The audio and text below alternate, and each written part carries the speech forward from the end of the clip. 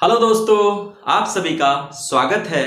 और आज का टॉपिक बहुत ही गंभीर होने वाला है, क्योंकि ये जो मामला था बीएड और डीएलएड को लेकर के बीपीएससी पीआरटी 2023 के लिए, इस बात को लेकर के बिहार सरकार ने सुप्रीम कोर्ट का दरवाजा खटखटाया है।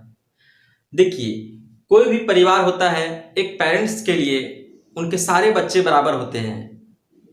ठीक उसी प्रकार बिहार सरकार के लिए, चाहे वो नियोजित शिक्षक हो, चाहे वो बीएड धारी हो, चाहे वो डीएलएड धारी हो, ये जो तीनों टॉपिक है, इसको लेकर के शिक्षा जगत में अभी बिहार सरकार में बहुत ज़्यादा हलचल है। सारे टॉपिक को हम समझते हैं। बीएड वाले को पीआरटी में शामिल किया जाएगा या नहीं किया जाएगा, किसी को आप शामिल करें या ना करें, इसके बहुत सारे फैक्टर होते हैं। आप सबसे पहला फैक्टर ये देखिए कि यहाँ पे कितने लोग हैं। बीएड धारी लगभग 4 लाख लोग हैं, 3.6 लाख, लगभग 4 लाख लोग हैं। और आप ये देखिए, किसी भी फैमिली में 4 लोग होते हैं जो कि वोट देते हैं। दादा दादी, मम्मी पापा, भाई बहन मिला करके, चचा चची सब मिला करके हम 5 लेकर के चल रहे हैं। और आप ये देखिए, ये इलेक्शन का टाइम है और सरकार चाहेगी कि उन्हें ज्यादा से ज्यादा वोट मिले। हर कोई चाहता है कि चीजें उसके फेवर में हो। मैं किसी के पक्ष या विपक्ष में नहीं बोल रहा हूं, मैं जो वास्तविकता है मैं उससे आप सबको रूबरू करवा रहा हूं। अंत तक देखिए, चीजों को पूरी तरह से समझिए। तो ये अगर 4 लाख वैकेंसी लोग हैं और एक फैमिली में 5 लोग हैं, तो लगभग कितना लाख हो गया। 5 लोग मतलब 5 वोट देने वाले लोग, या 4 ही लेके चलिए, मैं मान लिया कि 5 है, तो कितना हो गया। अगर ये 4 है, ये 5 है, तो ये 20 लाख हो गया। कितना हो गया दोस्त?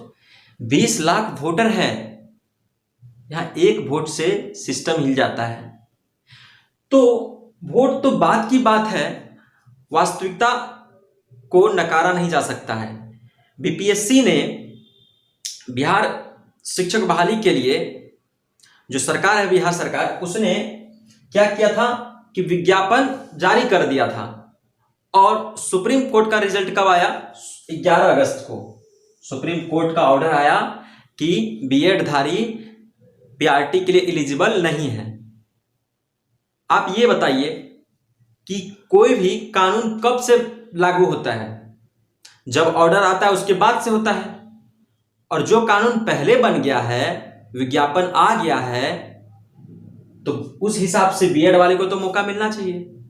वैसे भी मिले क्यों नहीं, ये बताइए। उन्होंने सरकार के कहने पे, सुप्रीम कोर्ट के कहने पे,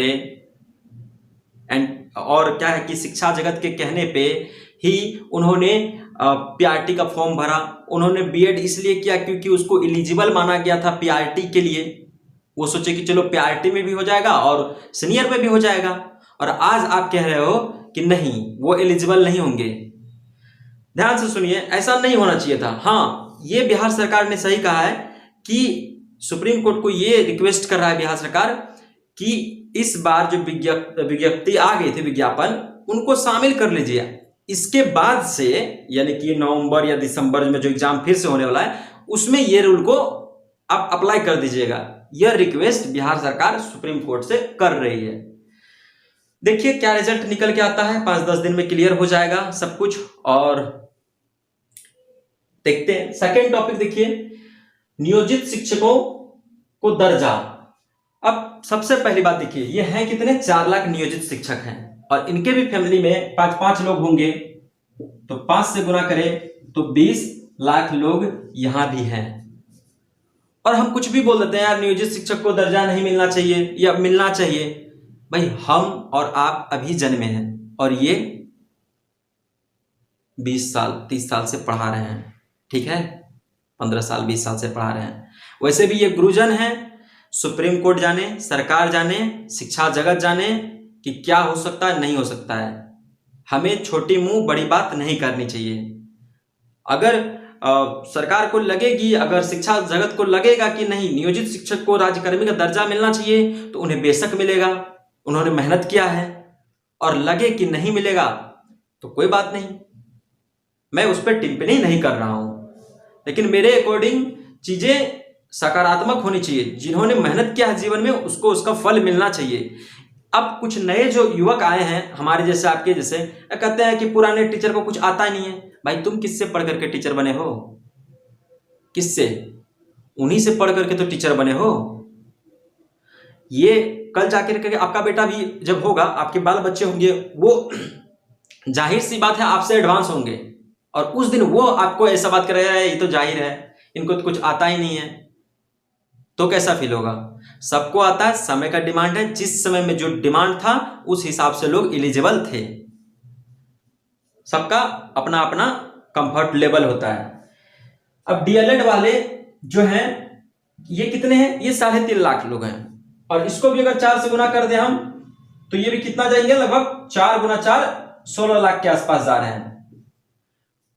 और सरकार को बीएड, नियोजित शिक्षक और डीएलएड सबको लेके चलना होगा ताकि उसको ज्यादा से ज्यादा वोट मिले। जाहिर सी बात है भाई, आप भी तो वही चाह रहे हो ना। ये डीएलएड वाले क्या चाह रहे हैं? आप तो वही ना चाह रहे हो कि बीएड वाले निकल जाए, हम जो 50, 55, 45 नंबर लाए हैं उसी में हमारा सिलेक्शन हो जाए। तो बात ध्यान से सुनिए, मैं न बीएड के साथ हूं न डीएलएड के साथ हूं। मैं बस ये कहना चाहता हूं कि जिसमें होगा दम वही बनेगा बाजीराव सिंघम। बीएड वाले अगर आते हैं तो ये 100% फिक्स है कि जो सिलेक्शन टीचर का होना है वो क्वालिटी वाले होंगे। जरूर थोड़ा सा बेहतर होंगे, डीएलएड वाले भी बेहतर हैं, लेकिन बीएड वाले अगर आते हैं और डीएलएड वाले भी आते हैं, दोनों में से छट के अगर निकलेगा तो बहुत ही बेहतर टीचर का कलेक्शन हमारे यहाँ होने वाला है और शिक्षा जगत में एक बहुत बड़ी बदलाव आएगी। सिर्फ हम अगर डीएलएड वालों से बच्चे को उठा लेते हैं टीचर बनने के लिए तो मुझे नहीं लगता कि वो उतना बेहतर हो पाएगा जितना कि बीएड और डीएलएड को मिलाकर के चुना जाए। सोच के देखिएगा, बात सही लगेगा, बिना सोचे देखिएगा तो गाली देने का मन करेगा हमको। दे सकते हैं आप, यू आर फ्री, ये सोशल मीडिया है।